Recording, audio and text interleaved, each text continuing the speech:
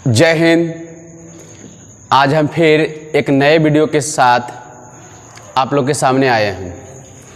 इस वीडियो में हम हिंदी का एक विशेष प्रकार का टॉपिक लेकर आए हैं। वो टॉपिक क्या है? समास। और यह हिंदी का टॉपिक समास को हम विशेष मांग पर लाए हैं, क्योंकि बहुत सारे बच्चे जो मेरे पास क्लास करने के लिए आते हैं कंपटीशन का, और कुछ बच्चे ऐसे हैं जो नहीं करने के लिए आते हैं, तो वो सभी बच्चे कॉल करके बोले हैं कि आप समास पर एक वीडियो बनाइए, क्योंकि अभी वर्तमान समय में एसएससी जीडी का तैयारी चल रहा है और उसका एग्ज़ाम नवंबर माह में होने वाली है।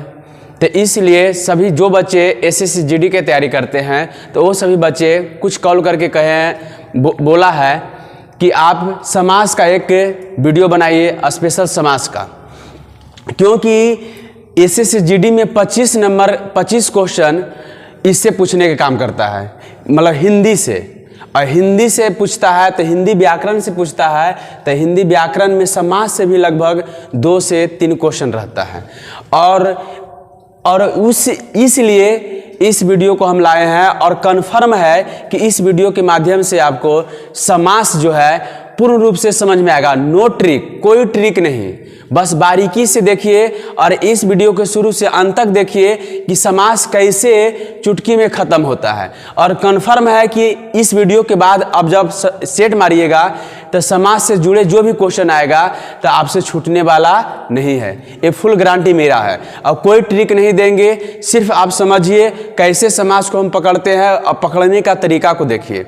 चलिए सबसे पहले आते हैं समास, देखते हैं समास किसे कहते हैं। तो समास को अगर देखा जाए तो इसको हम संक्षिप्तीकरण कहते हैं, मतलब संक्षिप्तकरण कह सकते हैं इसको। मतलब कहने का मतलब है, इसका अर्थ ही होता है संक्षेप में करना, संक्षेपण करना, मतलब शॉर्ट करना।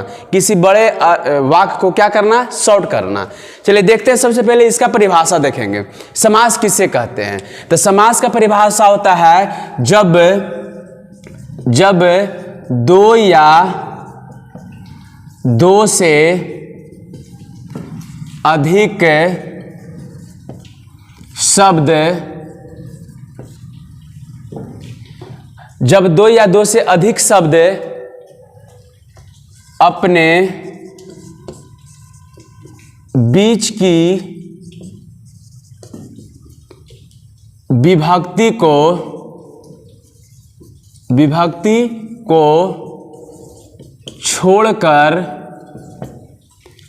आपस में मिल जाते हैं तो उसे क्या कहते हैं? समास कहते हैं। कह रहा है क्या इसमें? जब 2 या 2 से, जब 2 शब्द रहे या 2 से अधिक शब्द रहे, जब 2 या 2 से अधिक शब्द अपने बीच की विभक्ति को क्या कर दे? छोड़ दे, और आपस में क्या कर जाए? मिल जाए, उसी को हम क्या कहते हैं? समास कहते हैं। मतलब कहने के मतलब है समास लंबे चीज़ों को शॉर्ट में करता है, मतलब अनेक शब्दों को एक शब्द में बनाने के काम करता है। कौन? समास। जैसे इसमें हम देखते हैं क्या, तो यहां से देखते हैं चिड़ी मार। कौन? चिड़ी मार।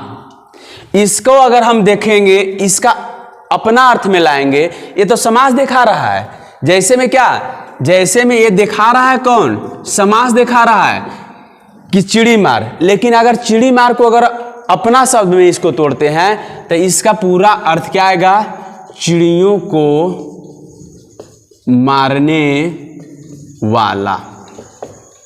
चिड़ियों को मारने वाला। कितना बड़ा ये वाक्य बना रहा है, उसको एक शब्द में लाने के काम कौन किया है?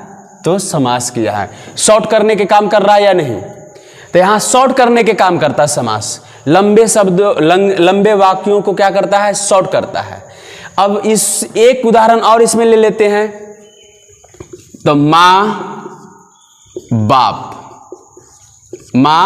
बाप। चलिए माँ बाप को अगर अपनी भाषा में लाते हैं, अपने साथी में मिलाते हैं, तो ये हो जाएगा माँ और बाप। माँ और बाप। अब देखिए समास क्या कर रहा है कि किसको समाप्त कर रहा है, यहां पर से एक शब्द को क्या कर रहा है, समाप्त कर रहा है, मतलब और को क्या कर रहा है, छुपा रहा है, और ये दोनों को आपस में क्या कर रहा है, मिला रहा है। तो यहां पर भी संक्षेपण कर रहा है, शॉर्ट कर रहा है। यहां पर भी देखिए क्या कर रहा है, चिड़ियों को मारने वाला। अब देखिए कोप को भी यहां पर क्या कर दिया, हटा दिया, और वाला को भी क्या कर दिया, हटा दिया, शॉर्ट मिला दिया, चिड़ी मार, चिड़ी मार। इसका अर्थ भी क्या होगा, वही होगा जो यहां पर बताया जा रहा है। मतलब समास जो है संक्षेपण करने के काम करता है। कभी कभी क्वेश्चन यहां से भी उठा देता है कि जब दो या दो से अधिक पद अपने बीच की विभक्ति को छोड़कर आपस में क्या कर जाता है, मिल जाता है, उसे क्या कहते हैं, संज्ञा, सर्वनाम, समास क्या कहते हैं, तो उसे क्या कहते हैं, समास कहते हैं। तो यहां से आपका ये समास पकड़ा जाएगा। चलिए अब यहां से आगे बढ़ते हैं। तो समास के भेद, समास के कितने भेद होते हैं, तो समास के कितना भेद होता है, 7 भेद होता है। कितने भेद होते हैं, 7 भेद होते हैं। तो सभी समास के सभी भेदों को हम क्या करते हैं, इसमें देखते हैं, और मिलने रूप से आपको समास के भेद को ही समझना है कि समास का भेद कितना होता है, और समास को, कौन सा समास को हम कैसे पकड़ेंगे कि कौन सा वर्ड, कौन सा शब्द, कौन सा समास है। यहां से आपको पकड़ने, यहां से आपको बहुत जरूरी है, ध्यान देने की चीज है। समास के कितना भेद, 7 भेद। चलिए देखते हैं। सबसे पहले कौन सा समास आता है, तो तत्पुरुष समास। कौन समास, तत्पुरुष समास आता है। दूसरा कौन आ रहा है, तो दिग्गुज समास। कौन समास, दिग्गुज समास। तीसरा कौन है, तो द्वंद्व समास। कौन समास, द्वंद्व समास है। उसके बाद चौथा कौन है, तो अव्ययी भाव समास। पांचवा कौन है, तो कर्म धारय समास। कौन समास, कर्म धारय समास। उसके बाद देखते हैं, छठा देखते हैं, तो कौन समास है, तो बहुव्रीहि समास। कौन समास है, बहुव्रीहि समास है। उसके बाद 7वां देखते हैं, तो कौन सा समास है, तो नए समास। कौन सा समास, नए समास है। मतलब इस तरह से समास के कितने भेद होते हैं, 7 भेद होते हैं, और 7 भेदों को हम क्या करेंगे, इसमें देखेंगे।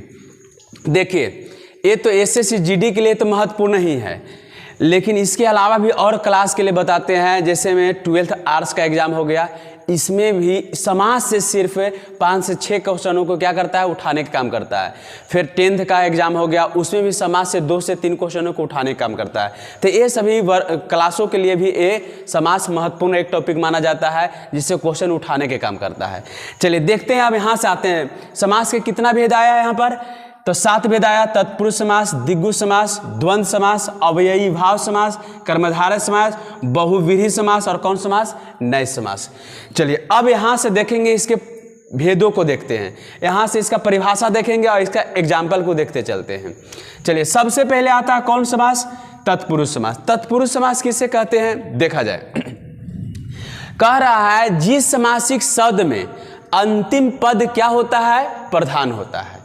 मतलब कहने के मतलब है तत्पुरुष समास में जिस समासिक शब्द में अंतिम पद क्या होना चाहिए, प्रधान होना चाहिए। मतलब कहने के मतलब है अंतिम पद या अंतिम शब्द क्या होना चाहिए, प्रधान होना चाहिए।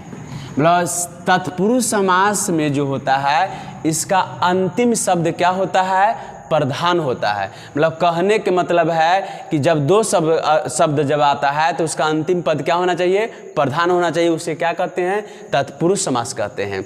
चलिए इसको देखते हैं, एग्जाम्पल से देखते हैं। तो सबसे पहले एग्जाम्पल आते हैं, तो क्या, तो चिड़ी मार लाते हैं। अब चिड़ी मार कौन सा समास है, तत्पुरुष समास है। इसको देखेंगे अंतिम पद प्रधान कैसे हो रहा है, तो ये देखेंगे। सबसे पहले इसको अगर तोड़ा जाए तो निकलता है क्या, चिड़ियों को मारने वाला। अब देखो यहां पर देखेंगे तो एक शब्द ए और एक शब्द ए आ रहा है। अब यहां पर से देखेंगे एक शब्द ई है, एक शब्द ए है। अब यहां पर कह रहा है क्या, कौन सा पद प्रधान होना चाहिए, अंतिम पद प्रधान होना चाहिए। अब अंतिम पद है कौन, तो मारने वाला। प्रथम पद कौन है, चिड़िया। अब यहां से देखते काम क्या हो रहा है इसमें, तो यहाँ पर एक का मरने के काम हो रहा है और एक उसको मारने के काम कर रहा है। अब अंतिम पद वाला जो है वो मारने के काम कर रहा है और शुरू पद वाला जो चिड़िया है वो मरने के काम कर रहा है, मतलब वो मर रहा है। तो अब बताइए यहाँ से कौन सा शब्द प्रधान होगा, मारने वाला या मरने वाला? तो यहाँ से कौन प्रधान हो रहा है? मारने वाला। मतलब कहने का मतलब है कि मारने वाला क्या हो रहा है, इसमें प्रधान हो रहा है। और मारने वाला कौन सा पद है? तो अंतिम पद है। तो यहाँ से आपको पकड़ाएगा कि इस तरह से आप जब शब्द को तोड़िएगा तो इस तरह से अंतिम पद जिसमें दिखेगा कि प्रधान है तो वो जो होगा शब्द आपका, तो कौन सा समास होगा? तत्पुरुष समास होगा। जैसे में अब यहाँ से लिखते हैं अगला, गगन चुंबी। गगन चुंबी यहाँ से निकाल लेंगे गगन को चुमने वाला। गगन को चुंबने वाला, एक गगन मतलब आकाश और दूसरा कौन? चुमने वाला। अब यहाँ अंतिम पद कौन है? चुमने वाला। और प्रथम पद कौन है? गगन। अब यहाँ से प्रधान कौन हो रहा है? एक तो ऊपर में गगन तो वही अस्थायी रूप से है, उसको चुमने के काम, वहां तक जाने के काम कौन कर रहा है? जो चुमने वाला है। तो यहाँ से ये कौन सा पद हो? ये लास्ट वाला पद क्या हो जाएगा? प्रधान हो जाएगा। ये लास्ट वाला पद क्या हो जाएगा? प्रधान हो जाएगा। तो यहाँ से हम क्या कर सकते हैं? निकाल सकते हैं। जैसे में राजकन्या और दो चार गो उदाहरण बता देते हैं। राजकन्या, राजपुत्र, ये सभी कौन सा समास है? तत्पुरुष समास है। तो यहाँ से आप शब्द को क्या कर सकते हैं? पकड़ सकते हैं कि किस शब्द में अंतिम पद क्या हो रही है? प्रधान हो रही है। तो यहाँ से कंफर्म है कि आपको तत्पुरुष समास क्या हो गया होगा? समझ में आ गया होगा। दिग्गु समास को एकदम पकड़ने का क्या है? आसान तरीका है। आसान तरीका है क्या? तो कहेगा, इसमें कहता है कि जिस समासिक शब्द में प्रथम पद क्या होना चाहिए? संख्यावाचक होना चाहिए। प्रथम पद या शब्द भी कह सकते हैं। पद क्या होना चाहिए? संख्यावाचक होना चाहिए। संख्यावाचक होना चाहिए। मतलब कह रहा है कि दिग्गु समास, जिस समासिक शब्द में प्रथम पद क्या होना चाहिए? संख्यावाचक होना चाहिए। संख्या मतलब 1 2 3 4 5 6, ये सभी संख्या अगर प्रथम पद में आ रहा है तो वह कौन सा समास हो जाएगा? दिग्गु समास हो जाएगा। कौन सा समास हो जाएगा? दिग्गु समास हो जाएगा। एकदम सटीक। इससे अच्छा तो कोई आपको यहाँ पर ट्रिके नहीं मिलेगा कि हम कैसे पकड़ सकते हैं। यहाँ से एकदम जिस शब्द में देखिएगा कि प्रथम पद संख्या बन रहा है तो कौन सा समास है? तो कौन सा समास है? दिग्गु समास है। चलिए देखिए इसको हम कैसे लिखते हैं। सबसे पहले आते हैं त्रिनेत्र। कौन? त्रिनेत्र। अब यहाँ से इसको तोड़ेंगे हम। सबसे पहले त्रि, यहाँ से दो यहाँ से निकालते हैं तो क्या? त्रि मतलब क्या? 3। और नेत्र निकालते हैं तो क्या? आँख। अब इसमें कितना शब्द, इसको तोड़ने के बाद कितना शब्द आया? 2 शब्द आया। इसमें कह रहा है प्रथम पद क्या होना चाहिए? संख्यावाचक होना चाहिए। तो ये दोनों शब्द में प्रथम पद है कौन? तो 3 है। अब बताइए यहाँ से कि प्रथम पद जब 3 है तो 3 क्या है? संख्या है। 3 क्या है? संख्या है। तो यहाँ से इस तरह से भी हम पकड़ेंगे कि जिस समासिक शब्द में प्रथम पद देखेंगे क्या है? संख्यावाचक, मतलब कोई संख्या हो, कोई गिनती वाली संख्या हो, तो उसी को हम क्या कहते, उसको कैसे पकड़ेंगे? तो वो कौन सा समास हो जाएगा? दिग्गु समास हो जाएगा।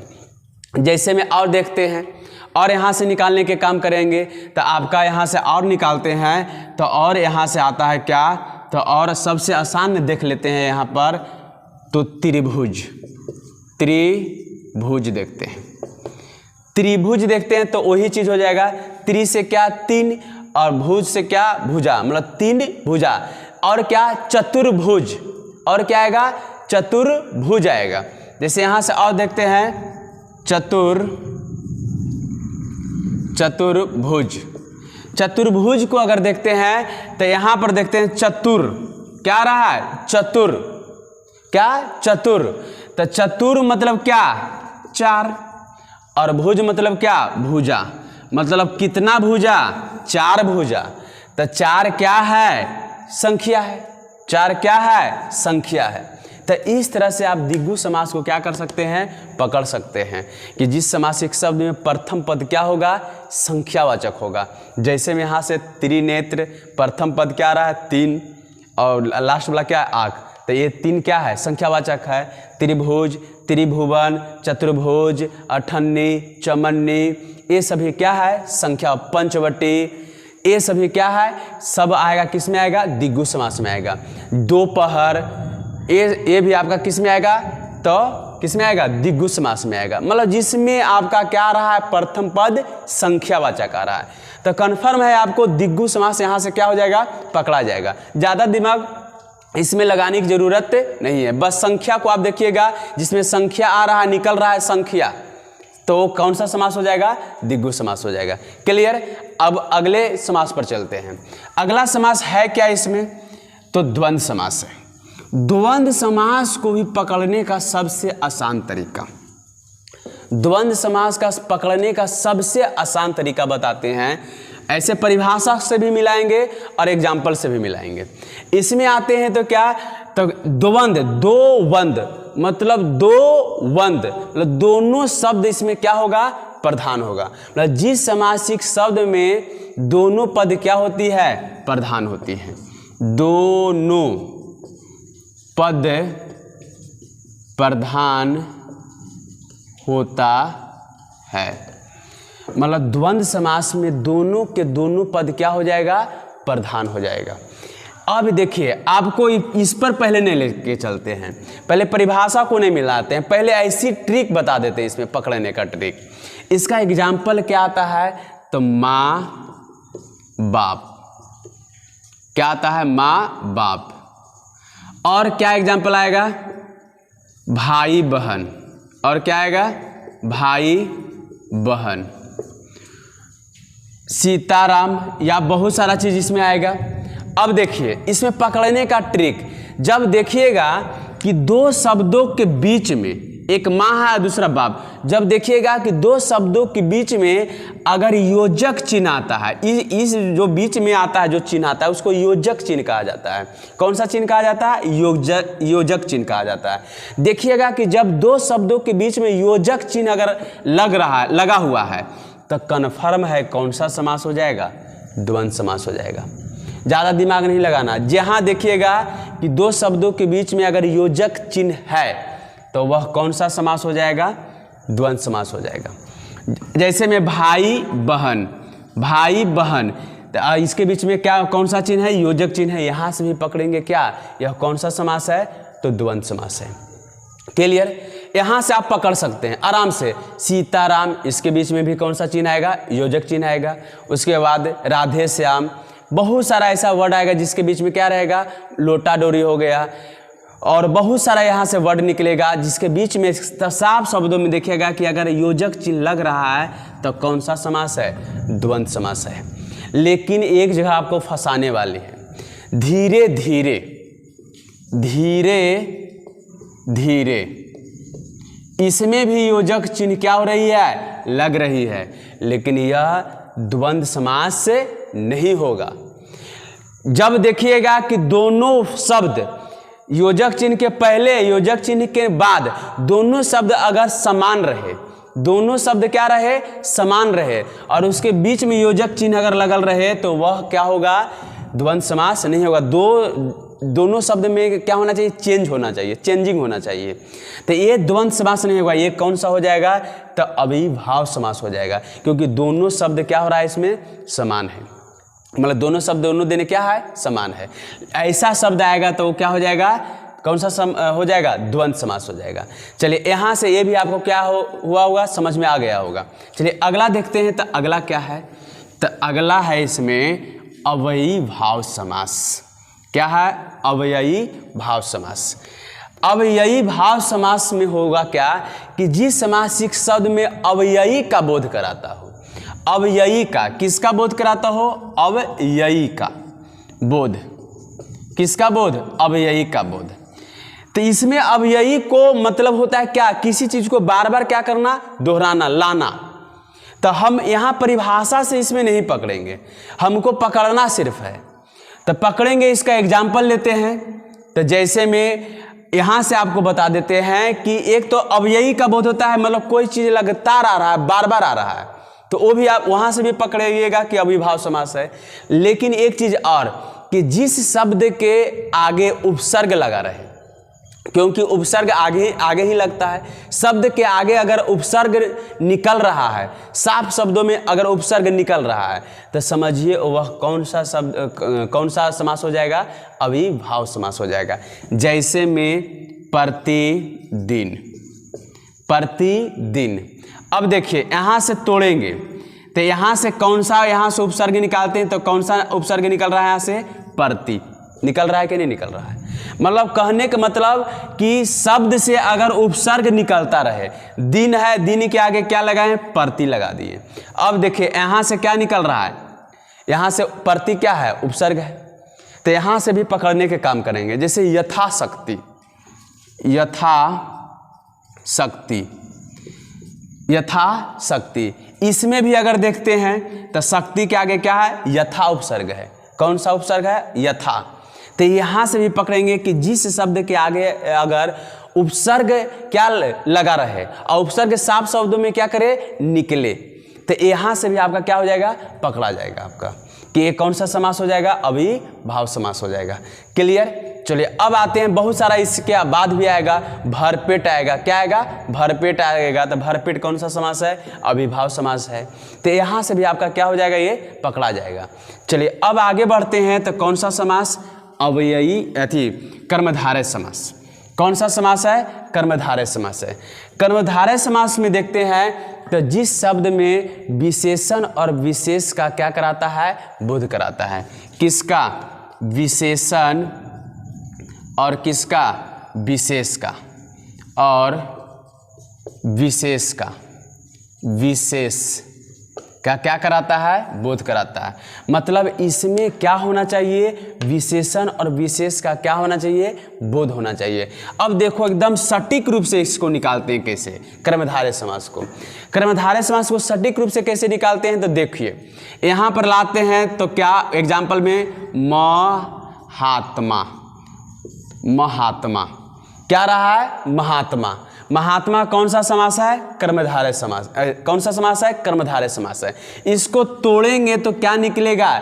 जिसकी महान हो आत्मा, जिसकी महान हो आत्मा। अब देखिए यहाँ से निकाल रहे हैं तो क्या रहा है? आत्मा, और यहाँ से निकाल रहे हैं तो क्या? महान। क्या निकल रहा है? महान निकल रहा है। अब देखिए आत्मा क्या है? ये जो महान जो है वो क्या है? विशेषण है। महान जो क्या है? विशेषण है, और विशेष कौन है? आत्मा। अब देखिए यहाँ पर विशेष का विशेषता बता रहा है कि आत्मा क्या है? महान है। तो इस तरह से भी हम पकड़ेंगे। इसमें किसकी महानता बता रहा है? कि आत्मा की महानता। आत्मा क्या है? महान है।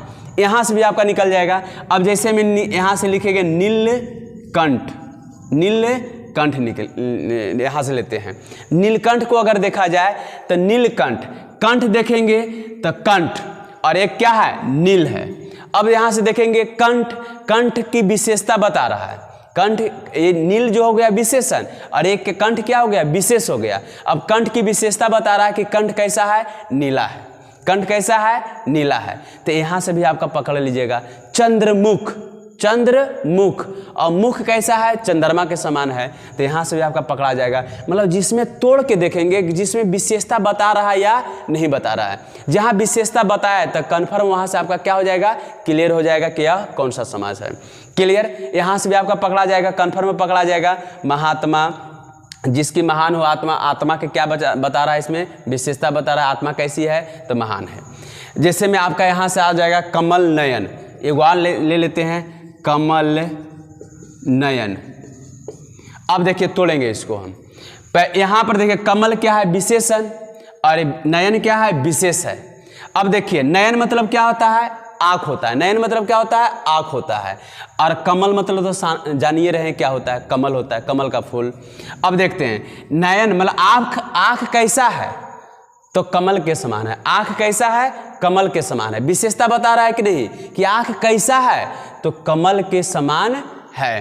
तो यहाँ से भी विशेषता बता रहा है। तो इस तरह से आप इसको कर्मधारय समास को पकड़ सकते हैं, तोड़ के पकड़ सकते हैं कि किसमें विशेषता बता रहा है। तो जैसे महात्मा हो गया, नीलकंठ हो गया, कमल नयन हो गया, उसके बाद चंद्रमुख हो गया, तो ये सभी आपका क्या होता है, इसमें क्या होता है, तो कर्मधारय समास होता है। क्लियर। चलिए अब आगे बढ़ते हैं। अगला क्या है, तो बहुव्रीहि समास है। कौन सा समास है, बहुव्रीहि समास है। बहुव्रीहि समास को देखते हैं। बहुव्रीहि समास क्या कहता है, बहुव्रीहि समास कहता है कि मतलब कहने के मतलब है कि बहुव्रीहि समास अपना अर्थ छोड़कर विशेष अर्थ को क्या करता है, बतलाता है। मतलब कहने के मतलब है जिस समासिक शब्द में अपना अर्थ को क्या कर दे, छोड़ दे, और एक विशेष अर्थ को क्या करे, ला दे। मतलब कहने का मतलब यहां से और आपका निकलेगा, समझे ना। अपना अर्थ को क्या करता है, अपना अर्थ को छोड़ कर एक विशेष अर्थ को, एक विशेष अर्थ को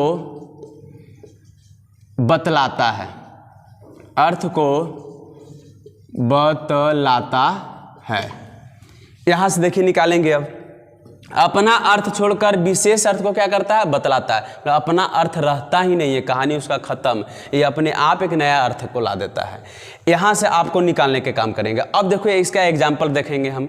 अब यहाँ पर एक चीज़ और आएगा आपका, इसमें एक चीज़ और आएगा, अनेक शब्दों को एक शब्द में ये लाने के काम करता है। मतलब जो अनेक शब्द होता है उसको क्या करता है, एक शब्दों में लाने के काम करता है। जैसे में हम बोलते हैं लंबोदर, मतलब लंबोदर, इसको अगर अनेक शब्दों में करें तो जिसका लंबा हो उदर, जिसका लंबा हो उदर, तो इतना बड़ा शब्द, मतलब ढेर सारा वाक शब्द इसमें है, तो इस तरह से उसको एक शब्द में क्या ला रहा है, लंबोदर। जैसे तोड़ते हैं, इसका एग्जांपल लेते हैं, लंबोदर, लंबोदर, इसको तोड़ते हैं तो इसको लाते हैं तो जिसका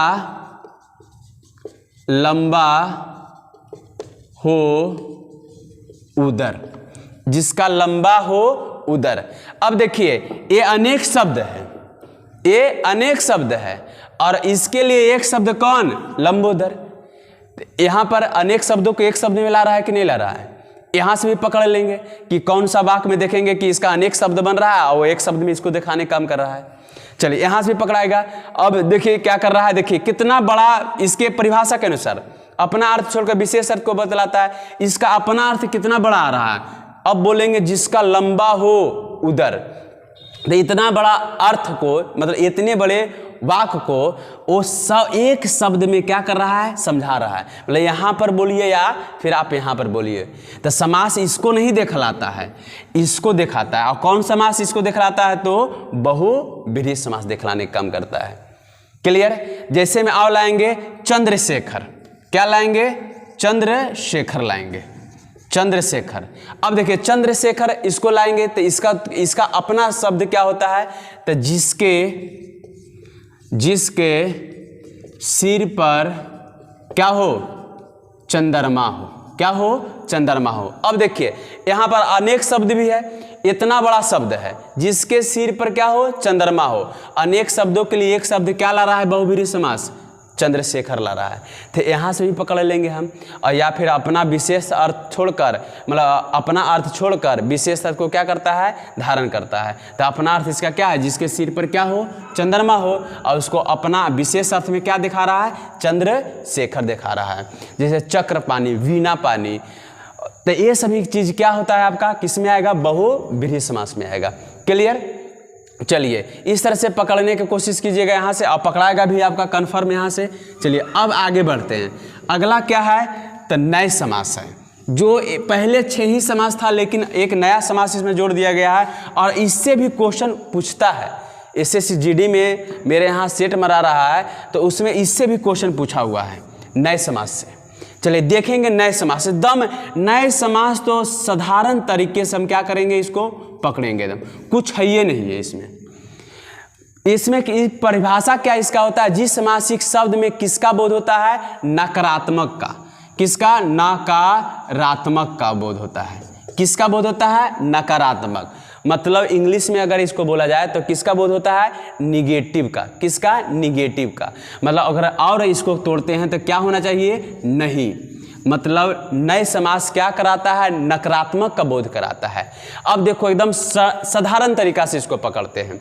एग्जाम्पल में आएंगे, नकारात्मक का बोध करा रहा है। किसका बोध करा रहा है? नकारात्मक का। और इसमें साधारण तरीका से इसको पढ़ेंगे तो जैसे में क्या? अनपढ़। अनपढ़। अब देखो इसको तोड़ते हैं। अनपढ़ हम तोड़ते हैं अनपढ़ को तो ये क्या हो जाएगा? जो पढ़ा लिखा नहीं हो। जो पढ़ा लिखा नहीं हो। अब देखिए यहां से निकल गया। कह रहा है क्या कि अनपढ़ हम किसे कहेंगे? जो पढ़ा लिखा नहीं हो। मतलब अब देखिए यहां पर नकारात्मक ला रहा है। नकारात्मक ला रहा है कि नहीं? नहीं लाए ना यहाँ से। तो यहाँ से भी हम पकड़ेंगे जो पढ़ा क्या है? जिस शब्द को तोड़ने पर उसमें क्या चलाए? नकारात्मक शब्द चलाए। नकारात्मक मतलब निगेटिव में आना चाहिए, नहीं आना चाहिए। चलिए अब देखो एक और तोड़ते हैं इसमें हम, अनजान। अनजान। अनजान को तोड़ेंगे तो क्या होगा? जो जाना पहचाना नहीं हो। अनजान कैसे व्यक्ति को कहते हैं? जो जाना पहचाना नहीं हो। जो जाना पहचाना नहीं हो। अब देखिए यहां से क्लियर हो गया। अब देखिए इस वाक्य में क्या? इस वाक्य में नहीं आ रहा है ना, तो नहीं के मतलब क्या? नकारात्मक। नहीं के मतलब क्या? नकारात्मक। तो यहां से भी पकड़ लेंगे कि जिस समासिक शब्द में नकारात्मक का क्या होता है? बोध होता है। जैसे अनजान किसे कहेंगे? जो जाना पहचाना नहीं हो। क्लियर? अच्छा एक एग्जाम्पल इसका और देख लेते हैं हम। एक एग्जाम्पल इसका देखते हैं क्या? धनहीन। धनहीन। अब बताइए धनहीन कौन सा समास होगा? नए समास होगा। कौन समास होगा? नए समास होगा। धनहीन कौन सा समास? नए समास। अब देखिए धनहीन किसे कहेंगे? जिसके पास धन नहीं हो। जिसके पास धन रहेगा उसे धनहीन थोड़ी कर सकते हैं, नहीं कर सकते हैं। जिसके पास धन नहीं रहेगा उसी को कहेंगे क्या? धनहीन कहेंगे। तो जिसके पास धन नहीं हो तो इस तरह से हम क्या करेंगे कि ये कौन समास में जाएगा? तो नए समास में जाएगा। जैसे अर्थहीन, जिसका कोई अर्थ नहीं होता है। तो इस तरह से आप सभी समास मतलब समास के सातों भेदों को आप क्या कर सकते हैं? पकड़ सकते हैं। और कन्फर्म है कि आपको इस वीडियो के माध्यम से क्या समझ में आ रहा होगा। और वीडियो को 1 से 2 बार देखिएगा। और इसका समास का एक दिन हम वीडियो बनाएंगे और ऑब्जेक्टिव क्वेश्चनों को लाएंगे और समास से जुड़े हुए क्वेश्चनों को और उसमें ऑप्शन लाएंगे और उसको हम इस यहाँ पर क्लियर क्या करेंगे? उसको सॉल्यूशन करने के काम करेंगे कि आप किस तरह से इसको पकड़ने के काम करते हैं। चलिए तो इस तरह से आपको कन्फर्म एकदम कुछ नहीं, मोटा मोटी में आपको पकड़ना है। यहाँ से सबसे पहले तत्पुरुष समास किसे कहते हैं? तो जिस समासी शब्द में अंतिम पद क्या होता है? प्रधान होता है। जैसे चिड़ी मार, गगनचुंबी, राजकन्या, उसके राजपुत्र, ये सभी कौन सा समास है? तत्पुरुष समास है। द्विगु समास किसे कहते हैं? तो जिस समासिक शब्द में प्रथम पद क्या होता है? संख्यावाचक होता है, उसे क्या कहते हैं? द्विगु समास। जैसे में आपका अठन्नी, चमन्नी, त्रिनेत्र, चतुर्भुज, पंचवटी, ये सभी किस में आएगा? द्विगु समास में आएगा। द्वंद्व समास किसे कहते हैं? जिस समासिक शब्द में दोनों पद क्या होती है? प्रधान होती है, उसे क्या कहते हैं? द्वंद्व समास कहते हैं।